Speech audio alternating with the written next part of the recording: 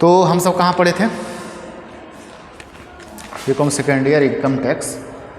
Income tax में कहाँ पढ़े थे? कुछ आइडिया है?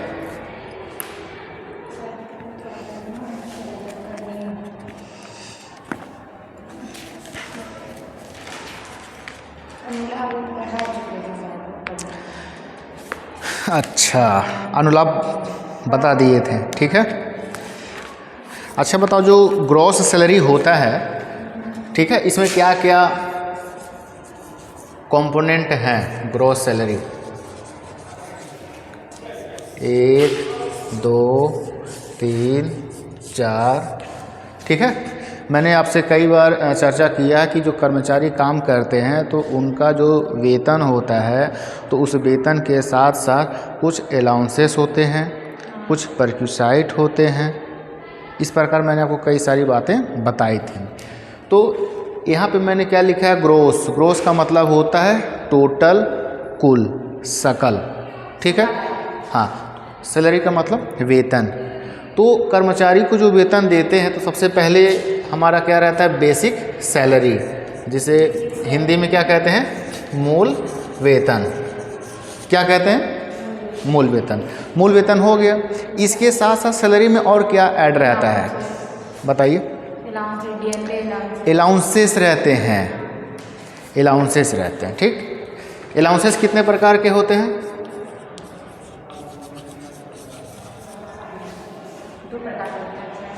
3 प्रकार के होते हैं अलाउंसेस। पहला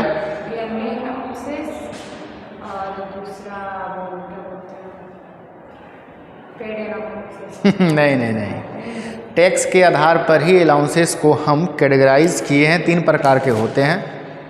पहला क्या होता है? फुल्ली एग्जेम्प्टेड, मतलब वह अलाउंस जिसके ऊपर हम टैक्स नहीं लेते हैं। और दूसरा अलाउंसेस क्या था? फुल्ली टैक्सेबल, जिसके उस अलाउंसेस में अगर आपको पैसा मिल रहा है तो उस पूरे पर आपको टैक्स देना पड़ेगा। पहला मैंने क्या बताया? Fully exempted.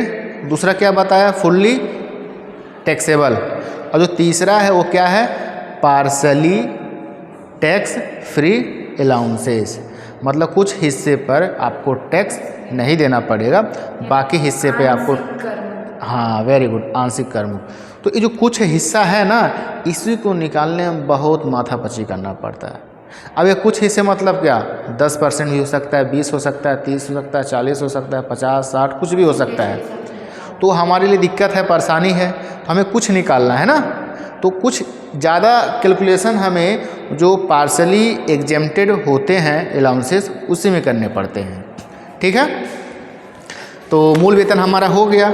दूसरा क्या हो गया यहाँ पर? अलाउंसेस। और अलाउंसेस में तीनों जो होते हैं वो मेरे यहाँ पर शामिल हो जाएंगे।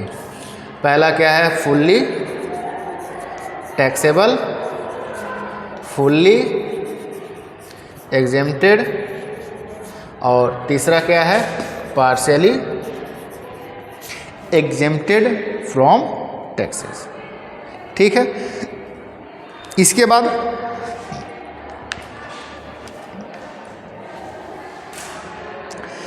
पीएफ अकाउंट, प्रोविडेंट फंड में पैसा कट के जाता है सैलरी में से ही, तो वो भी हम यहाँ पे शामिल कर लेंगे, ठीक है।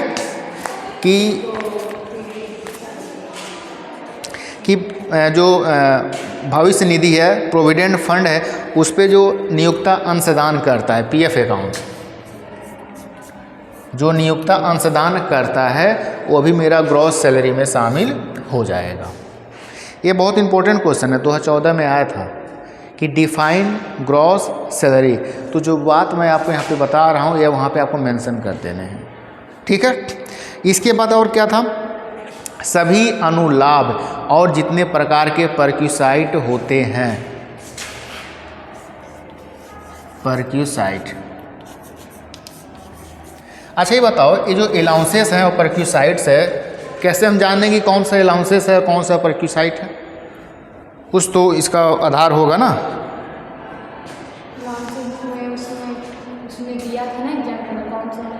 नहीं, अलाउंसेस में क्या होता है? अलाउंसेस जो दिया जाता है वो कैश के फॉर्म में हम सैलरी में ऐड करके दे देते हैं, ठीक है। लेकिन जो परक्यूसाइट होता है ये कैश के फॉर्म में नहीं दिया जाता है। जैसे आपको कार की सुविधा चाहिए, मेरे पास कार है, मैं आपको कार दे दूंगा, वो क्या हो जाएगा, परक्यूसाइट हो जाएगा, यानी गिफ्ट या कुछ टाइम के लिए वैसे देना। हाँ, सुविधा जो देना, पैसा नहीं देना, सुविधा देना। जैसे हमारे कॉलेज के प्रबंधक, मैं अपने घर से यहाँ पे आता जाता हूँ तो अपने साधन से आता हूँ, तो आने जाने में जो पेट्रोल लग रहा है, अगर वह पेट्रोल प्रबंधक जी मुझे स्वयं दें तो मेरा क्या हो जाएगा, परक्यूसाइट हो जाएगा। और अगर उसको कैश देंगे, अगर कैश देंगे तो मेरा वह यानी जो कैश होगा वो अलाउंस, हाँ, और जो किसी सुविधा रहेगा वो मेरा परक्यूसाइट हो जाएगा, ठीक है। इसके साथ जैसे आपका बोनस हो गया, कमीशन हो गया, इन सभी को भी हम शामिल कर लेते हैं। बोनस, कमीशन, इस तरीके से जो भी आप लगभग मैंने 5 बताया, पहला basic salary, allowances, PF, perquisite, bonus, commission, इन सभी को जो जोड़ देते तो मेरा ग्रॉस सैलरी वह पता चल जाता है, ठीक है। इसका 2016 में क्वेश्चन आया था कि distinguish between recognise and unrecognise provident fund.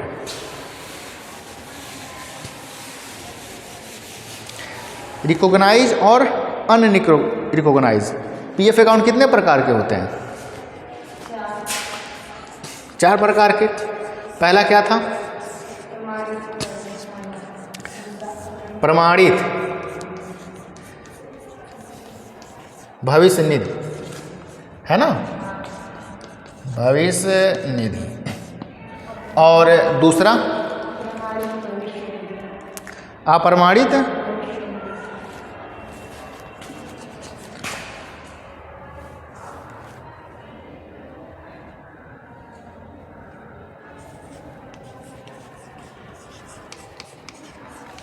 अप्रमाणित भविष्य निधि।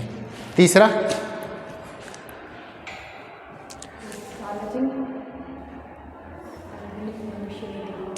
एक मैंने बताया था स्टैंडर्ड स्टैट्यूटरी वैधानिक। तो पहले पे हमारा जो प्रमाणित है और जो दूसरा हमारा अप्रमाणित है और तीसरा हमारा क्या हो जाएगा, वैधानिक हो जाएगा। वैधानिक भविष्य निधि और जो चौथा है हमारा सार्वजनिक भविष्य निधि।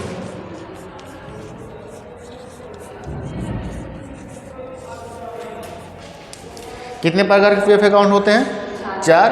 पहला क्या है? प्रमाणित, दूसरा अप्रमाणित, तीसरा वैधानिक और चौथा सार्वजनिक, ठीक है। तो चारों के बारे में डिटेल मैंने क्लास में बताया था। आज हम देखेंगे कि ये जो प्रमाणित है और ये जो अप्रमाणित है, इस दोनों में क्या अंतर है, ये हमें जानना जरूरी है। कि जो रिकॉग्नाइज, इसे इंग्लिश में कहते हैं recognise provident fund, unrecognise provident fund. तो रिकॉग्नाइज प्रोविडेंट फंड में क्या है अंतर? पहला अंतर क्या है कि जो रिकॉग्नाइज प्रोविडेंट फंड होते हैं यह आयकर कमिश्नर द्वारा मान्यता प्राप्त होते हैं। आयकर कमिश्नर, ये जो है आयकर कमिश्नर द्वारा क्या रहते हैं? प्रमाणित रहते हैं, ठीक है। कौन? आयकर कमिश्नर द्वारा प्रमाणित रहता है रिकॉग्नाइज प्रोविडेंट फंड। और जो दूसरा है हमारा अप्रमाणित प्रोविडेंट फंड, ये ठीक इसका उल्टा कर देंगे कि जो अप्रमाणित भविष्य निधि है, अनरिकॉग्नाइज प्रोविडेंट फंड है, ये आयकर कमिश्नर द्वारा प्रमाणित नहीं होता है। पहला अंतर यह हो गया, लिख दोगे ना। अब दूसरा बताओ। जो प्रमाणित भविष्य निधि है, रिकॉग्नाइज प्रोविडेंट फंड है, इसमें जो अंशदान है वह वेतन का 12% तक टैक्स फ्री है। सैलरी का कितना? 12% तक कर मुक्त, ठीक है।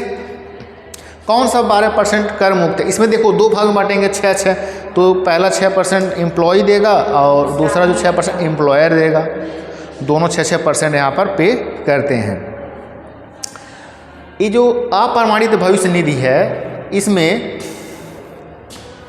जो नियोक्ता है, नियोक्ता अगर कोई पैसा अनरिकॉग्नाइज्ड प्रोविडेंट फंड में डालेगा तो वह टैक्स फ्री नहीं है, उसके ऊपर टैक्स देना पड़ेगा।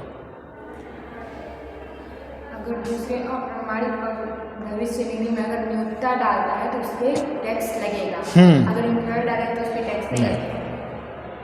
ठीक है। इसमें क्या होता था कि जो नियोक्ता पैसा डाल रहा है पीएफ अकाउंट में, उसके ऊपर टैक्स नहीं लगेगा। उसका एक सीमा है, 1 साल में 1.5 लाख रुपए तक। ठीक है। लेकिन जो अप्रमाणित भविष्य निधि है, इसमें अगर नियोक्ता पैसा डालेगा तो उसके ऊपर टैक्स लगेगा। आपको टैक्स वहाँ पे देने हैं तो देने हैं। ठीक है। तीसरा देखो क्या लिखा है, इस फंड में, कौन से फंड में? प्रमाणित भविष्य निधि में।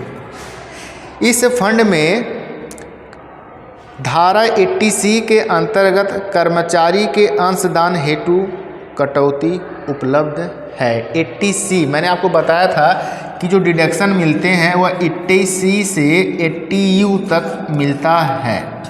ठीक है। तो ये जो पीएफ अकाउंट है, अगर कोई एम्प्लॉई, कोई कर्मचारी पीएफ अकाउंट में पैसा डाल रहा है और उसके ऊपर उसे छूट चाहिए, तो आयकर की धारा 80C में उसे छूट मिल जाता है पीएफ अकाउंट के ऊपर। ठीक है। यानी जो नौकरी कर रहा है सिर्फ उसी को मिलेगा, मालिक को नहीं। प्रमाणित फंड में तो वो जमा करेगा ना। प्रमाणित फंड में कर्मचारी भी देता है और नियोक्ता भी, दोनों पैसे डालते हैं। ठीक है। लेकिन प्रमाणित प्रमाणित भविष्य निधि में जो पैसा डाला जाता है वो टैक्स फ्री रहता है। तो किस धारा के हिसाब से टैक्स फ्री है? तो 80C के हिसाब से वो टैक्स फ्री है। ठीक है। वही यहाँ पे लिखा है, इस फंड में धारा 80C के अंतर्गत कर्मचारियों के अंशदान हेतु कटौती उपलब्ध है। कर्मचारियों के अंशदान हेतु। ठीक है। और इसमें क्या है अप्रमाणित में, इस फंड में धारा 80C के अंतर्गत कर्मचारी के अंशदान हेतु कटौती उपलब्ध नहीं है। मतलब ठीक उसका उल्टा हो जाएगा। यहाँ पर आपको 80C से आप 1.5 लाख का बेनिफिट ले सकते हो, लेकिन अगर आपके पास अनरिकॉग्नाइज्ड प्रोविडेंट फंड है, तो जिसके पास अनरिकॉग्नाइज्ड प्रोविडेंट फंड है, अप्रमाणित भविष्य निधि है, उससे छूट नहीं मिलेगा 80C के तहत। ठीक है। कोई छूट नहीं मिलेगा। आप पैसा भले डालिए पीएफ अकाउंट में, लेकिन आप कहो कि हम सरकार से छूट ले लें, तो आपको छूट नहीं मिलेगा। क्यों नहीं मिलेगा? क्योंकि आपके पास अनरिकॉग्नाइज्ड प्रोविडेंट फंड है, अप्रमाणित भविष्य निधि है। ठीक है।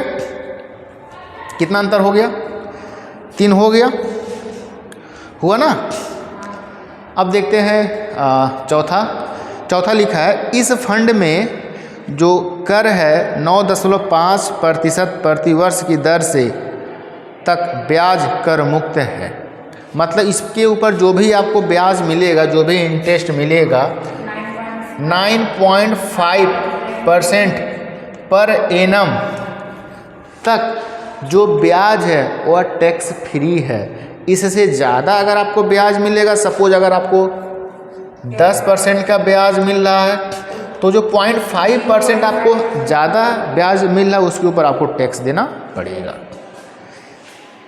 प्रमाणित भविष्य निधि में आपको 9.5% जो ब्याज मिलेगा उसके ऊपर छूट है, उससे ज़्यादा मिलेगा तो फिर आपको टैक्स देना पड़ेगा। और अप्रमाणित में ठीक इसका उल्टा हो जाएगा, इस फंड में ब्याज कर योग्य नहीं है। चाहे कितना भी परसेंट इसमें जोड़ेंगे। इस फंड में ब्याज कर योग्य नहीं है। ब्याज मिलेगा, ठीक है, वो टैक्सेबल है ही नहीं। 4 हो गया। लास्ट अंतर देखते हैं। ये जो प्रमाणित भविष्य निधि है, इसको खोलता कौन है? यह बैंक, बीमा कंपनी, निर्माणी संस्था आदि में प्रयोग होते हैं। जैसे बैंक हो गया इलाहाबाद, SBI। तो इसमें अगर कोई कर्मचारी अपना PF अकाउंट खुलवाएगा तो मेरा प्रमाणित भविष्य निधि है। अभी सर ने अपना HDFC बैंक ज्वाइन किया तो उन्होंने जो अपना PF अकाउंट खुलवाया वो प्रमाणित भविष्य निधि है, रिकॉग्नाइज है। ठीक है। बैंक हो गया, बीमा कंपनी हो गए, आपका महाविद्यालय हो गया, ये सब प्रमाणित भविष्य निधि में ही खुलवाना। और जो अप्रमाणित भविष्य निधि है, उसमें सिर्फ कर्मचारी का है। कौन से कर्मचारी? छोटे कर्मचारी। पावरोटी बनाने वाला कारखाना है, बिस्किट बनाने वाला छोटा सा कारखाना है, छोटी कार पत्तल बनाने वाले छोटे से कारखाने, चप्पल बनाने वाले छोटे से कारखाने, तो वहाँ पे ब्रांडेड होंगे वो बड़े में चले जाएंगे। ये छोटे कर्मचारी के लिए है। तो दोनों में ये अंतर मैंने आपको बताया, तो एग्जाम में लिखना है। मैं अंतर एक बार रिपीट कर दे रहा हूँ। पहला अंतर क्या मैंने बताया? आयकर कमिश्नर द्वारा प्रमाणित होता है यह, और यह आयकर कमिश्नर द्वारा प्रमाणित नहीं होता है। और दूसरा 12% तक कर मुक्त है। 12% से ज़्यादा पैसा दोगे तो टैक्सेबल हो जाएगा। और इसमें अप्रमाणित में 12% दो भाग कर देते उसका। इसमें लिखा है इस फंड में नियोक्ता का अंशदान कर योग्य नहीं है। नियोक्ता का अंशदान कर योग्य नहीं है। नियोक्ता जो अंशदान करेगा, हाँ, सिर्फ कर्मचारी का होगा। ठीक है। और तीसरा क्या है? 80C के तहत है। और प्रमाणित में क्या होगा कि कर्मचारी के अंशदान हेतु कोई कटौती नहीं मिलेगा। प्रमाणित में कटौती मिल जाएगा 80C के तहत, लेकिन अप्रमाणित में 80C के साथ आपको कटौती नहीं मिलेगा। मैक्सिमम कितना कटौती मिल सकता है? 1.5 लाख। ठीक है। चौथा 9.5% ब्याज तक जो ब्याज मिल रहा है वो टैक्स फ्री है, उससे ज़्यादा मिलेगा टैक्सेबल हो जाएगा। इसमें क्या है, जितना भी आपको ब्याज मिल रहा है वो कर योग्य नहीं है। ठीक है। और लास्ट मैंने क्या बताया कि अगर कोई बैंक है, बीमा कंपनी है, निर्माणित संस्था, तो प्रमाणित भविष्य निधि खोलती है। अन्य जो छोटे मोटे कारखाने हैं वो अप्रमाणित भविष्य निधि खोलते हैं। तो ये इम्पोर्टेंट है, तो दिमाग जरूर कुछ ना कुछ सेट हुआ ही होगा। ठीक है। एक क्वेश्चन लिखो, मकान किराया भत्ता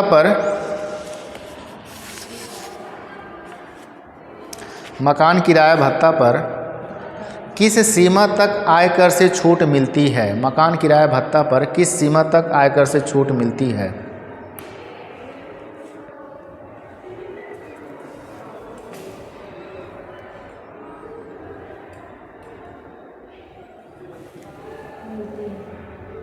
कुछ पता चला? मकान किराया भत्ता पर किस सीमा तक आयकर से छूट मिलती है? 9.5% तक छूट मिलती है। इसके ऊपर रह सकता हूँ। हाउस रेंट अलाउंसेस ध्यान कहाँ है?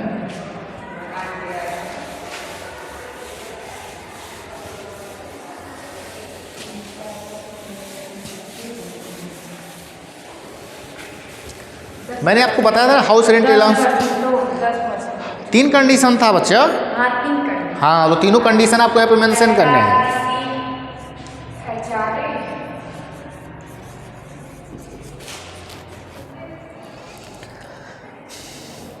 डस्ट बहुत उड़ता है, इससे मार्कर रहता सही रहता, सांस लेते अंदर चला जाता है।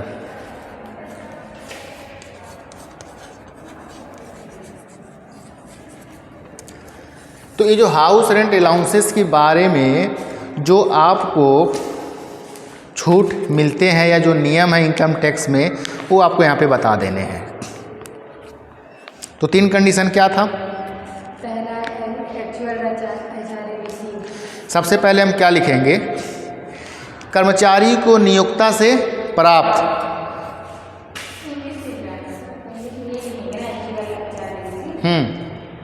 और ये हमारा क्या है? कर्मचारी है। और ये क्या है? नियोक्ता है।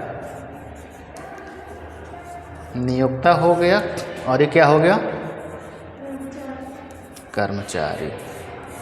तो कर्मचारी को नियोक्ता से प्राप्त किराया भत्ता, मकान किराया भत्ता निम्नलिखित में से सबसे कम राशि तक कर मुक्त माना जाता है। तो 3 कंडीशन है यहाँ पे, पहला, दूसरा, तीसरा। तीनों में जो सबसे कम रहेगा वही मेरा टैक्स फ्री होगा। पहला क्या है? एक्चुअल HRA रिसीव, प्राप्त मकान किराया भत्ता। ये क्लियर है? दूसरा क्या है? Rate pad -10% of salary. दूसरा है वेतन का 40% नहीं या अच्छा, इसमें दूसरा दिया, इसमें तीसरा आगे लिखा है। चलो ठीक है, आगे पीछे हो सकता है। वेतन का 40% या 50। 40% या 50%। 40% छोटे शहरों के लिए, 50% बड़े शहर 4 हैं, दिल्ली है, मुंबई है, चेन्नई है, कोलकाता है। अगर इस 4 शहर में वह रहेगा तो हम वेतन का कितना लेंगे? 50 लेंगे। बाकी इन 4 शहर को छोड़ के अन्य शहर में रहेगा तो 40% लेंगे। और तीसरा क्या था?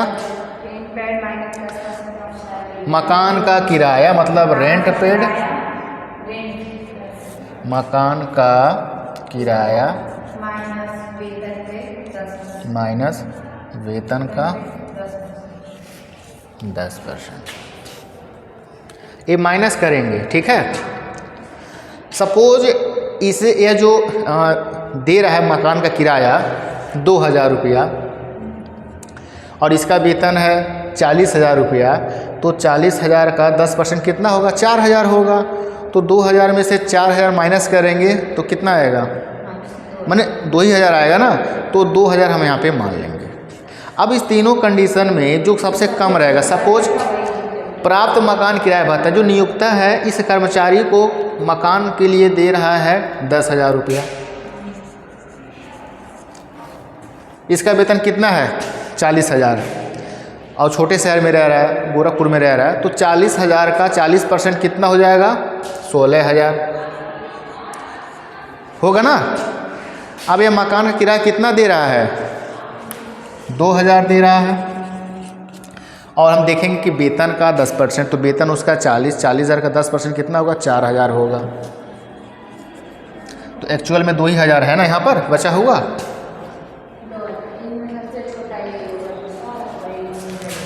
2000। अब इसमें से हमें कौन सा छूट मिलेगा? तो तीनों में जो सबसे कम है, कौन सा कम है? 2000 छूट मिल गया, बाकी यहाँ पे आपका टैक्सेबल हो जाएगा। तो इस तरीके से हम हाउस रेंट अलाउंस निकालते हैं और इसका जो नियम है यही नियम हमें याद रखना है, ठीक है।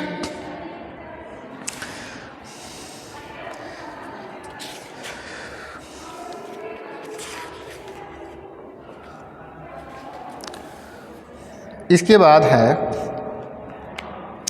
2018 में क्वेश्चन और आया था, discuss the provision related to the valuation of medical facility. हमें वैल्यूएशन करना है किसका? मेडिकल फैसिलिटीज़ का, प्रोवाइडेड बाय द एम्प्लॉयर, जिसने नौकरी दिया है, मतलब जो नियोक्ता है अपने कर्मचारी को मेडिकल फैसिलिटी दे रहा है, तो उसका हमें मूल्यांकन करना है, कितने मूल्य का यह मेडिकल फैसिलिटी इससे लिया है, ठीक है। तो 2 कंडीशन है कि अगर वह यह कर्मचारी भारत में इलाज करा रहा है, और दूसरा कंडीशन क्या है, यह भारत के बाहर इलाज करा रहा है। जैसे हम लोग में अगर आँख में कोई प्रॉब्लम रहता है तो हम लोग चले जाते हैं भैरव आँख दिखाने के लिए, तो हम भारत के बाहर जा रहे हैं इलाज कराने के लिए उस कंडीशन में, और हम गोरखपुर में ही अपना इलाज करवा रहे हैं उस कंडीशन में, तो दोनों कंडीशन यहाँ पे आपको बताना पड़ेगा, ठीक है। पहला क्या था? भारत में इलाज, और दूसरा क्या है? भारत के बाहर। इस 2 कंडीशन में हमें याद करना पड़ेगा। समस्त शिक्षक बंधुगण आज ही अपने विषय की पुस्तकों की सूची प्रकाशक एवं लेखक के नाम के साथ कंप्यूटर ऑपरेटर से मेरे लिए है। अच्छा, पढ़ाई हो रहा है ऑनलाइन। ये राम बच्चन हमारे कॉलेज के परिचारक हैं, ठीक है। अब जा, सब बच्चों को पास अब तो जाए ऐसे पढ़ाए था उनके।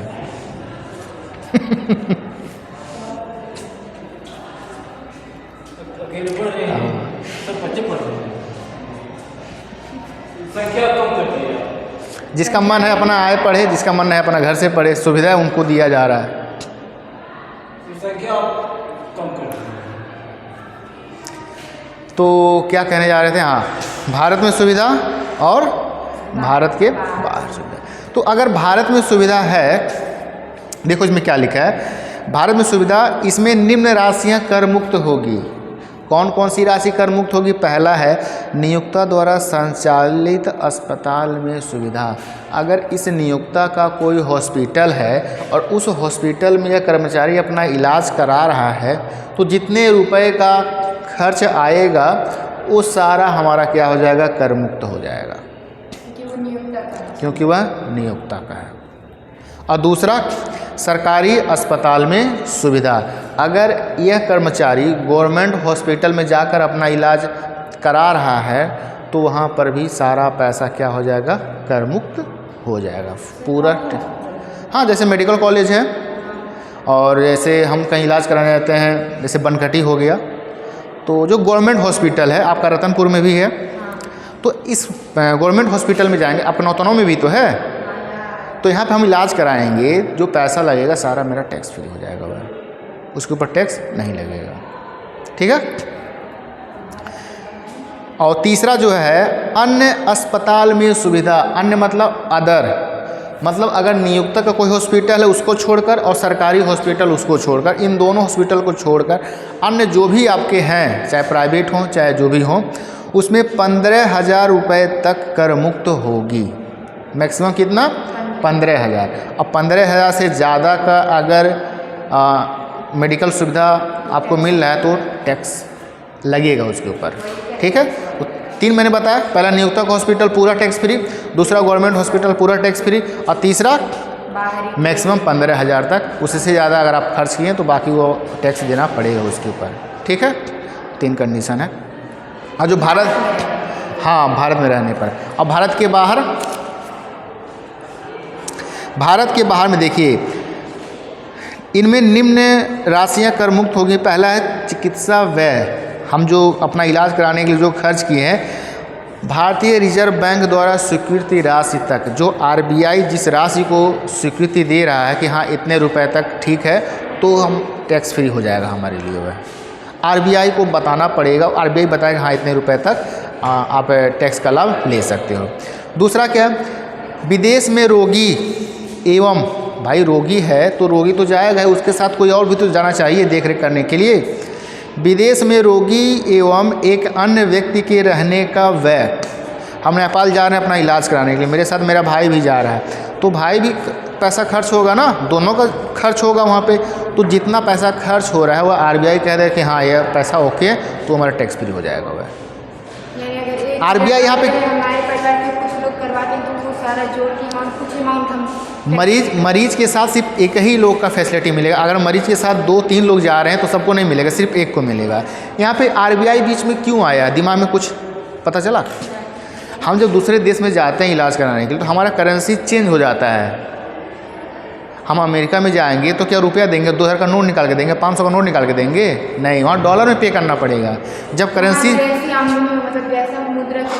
हाँ, जब मुद्रा चेंज हो रहा है, करेंसी चेंज हो रहा है, इसलिए आरबीआई का यहाँ पे इन्वॉल्वमेंट है। अगर करेंसी चेंज नहीं रहता तो आरबीआई का इन्वॉल्वमेंट यहाँ पे।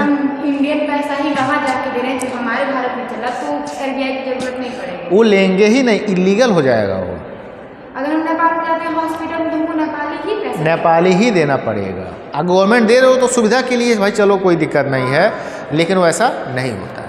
आप दूसरे देश में जा रहे हो तो वहाँ के करेंसी में आपको पे करना पड़ेगा। और हम अपना पैसा दे के वही तो, वैसे तो किया जाता है। मान लीजिए आप नेपाल जा रहे हैं घूमने के लिए, तो आप मनी एक्सचेंज कर लेते हो, इंडियन रुपीज़ देते हो और नेपाली करेंसी लेते हो, उसके बाद लेकर जाके अपना घूमते हो, इलाज करवाते हो, जो मन सो करवाते हो। सुविधा रहता है सभी के लिए।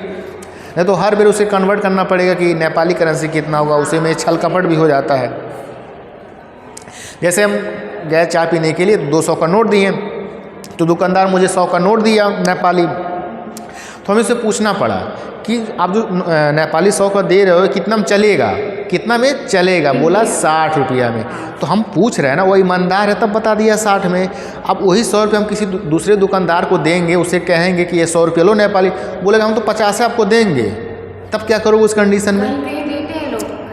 प्रॉब्लम होगा ना। तो उस कंडीशन में क्या होगा? आप तो फंस गए, आपका 10 का नुकसान हुआ ना। तो इसीलिए किसी भी देश में जाए तो करेंसी चेंज करके ही जाना चाहिए, चाहे नेपाल हो, चाहे भूटान हो, चाहे ईरान हो, इराक हो, पाकिस्तान हो, कहीं भी जाओ।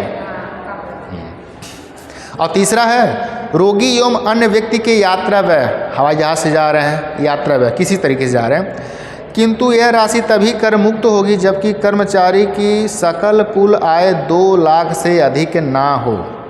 अगर कर्मचारी का एनुअल इनकम 2 लाख से ज़्यादा नहीं है, ठीक है, तो उसे जो ट्रैवलर अलाउंस मिलता है वो छूट मिल जाएगा। 2 लाख से अगर ज़्यादा नहीं है तब। हाँ, और 2 लाख से ज़्यादा है तो जो यात्रा व्यय है वह छूट नहीं मिलेगा, उसके ऊपर आपको टैक्स देना पड़ेगा। ठीक है, हाँ। भारत के 2 मैंने इसमें 3 है, इसमें 3 है, तीनों मैंने बता दिए हैं। भारत के बाहर वाला फिर से तीन। पहला मैंने क्या बताया कि कर्मचारी जा रहा है कहीं पे इलाज कराने के लिए बाहर, तो जितना इसका पैसा खर्च हो रहा है वो आरबीआई स्वीकृति दे देगा। ठीक है, पहला हो गया। दूसरा, कर्मचारी जा रहा है तो अकेले तो नहीं जाएगा ना, अपने साथ किसी को लेके जाएगा, तो उसको भी लेके जा रहा है, अपने भी जा रहा है, तो दोनों कंडीशन में जितना पैसा खर्च हुआ रहने खाने पीने का आरबीआई अपना स्वीकृति दे देगा, अलाउंस कर देगा। और जो तीसरा मैंने बताया कि इस कर्मचारी का जो एनुअल सैलरी अगर 2 लाख से कम है तभी इसे यात्रा व्यय का छूट मिलेगा। 2 लाख से ज़्यादा रहेगा तो यात्रा व्यय का छूट नहीं मिलेगा। यात्रा व्यय का छूट इसे तो मिलेगा, इसके साथ साथ एक आदमी को और मिलेगा। सपोज इसका वेतन है 1.5 लाख रुपया सालाना और इसके साथ मैं जा रहा हूँ, तो हम दोनों जा रहे हैं ना, इसके साथ हम दोनों जा रहे हैं, तो दोनों का जो यात्रा 40,000 मेरा 40,000 इसका हवाई जहाज़ का किराया हो गया, तो 40 80,000 हो गया, तो 80,000 से छूट मिल जाएगा। यानी दोनों को मिला के छूट दे सकते हैं। हाँ, लेकिन अगर 2 लाख से ज़्यादा है तो फिर वह पॉसिबल नहीं है। ठीक है, तो बस आज के लिए इतना ही, बाकी जो रहेगा फिर कल पढ़ा जाएगा। एक ही बच्ची है देखो